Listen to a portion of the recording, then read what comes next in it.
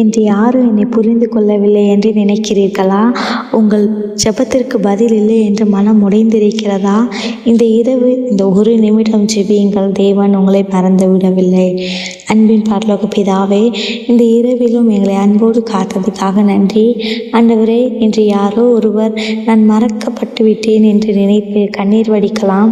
ஆனால் உம்முடைய வார்த்தை சொல்கிறது, எளியவன் என்றைக்கும் மறக்கப்படுவதில்லை, சிறுமைப்பட்டவர்களுடைய நம்பிக்கை ஒருபோது கெட்டு போவதில்லை. சங்கீதம் 9:18 சொல்லப்பட்டபடி கர்த்தாவே, மனமுடைந்தவர்களுக்கு ஆறுதல் கொடுங்க. நம்பிக்கை இழந்தவர்களின் இருதயத்தை தொட்டு புதிய நம்பிக்கையை கொடுங்க. நான் உன்னோடு இருக்கிறேன் என்ற உங்களுடைய சமாதானத்தை ஒவ்வொருவரும் உணரச் செய்யுங்க. ஆண்டவரே, இன்று எங்கள் கண்களில் கண்ணீர் இருந்தாலும் நாளை அதை சந்தோஷமாக மாற்றுங்க இயேசப்பா.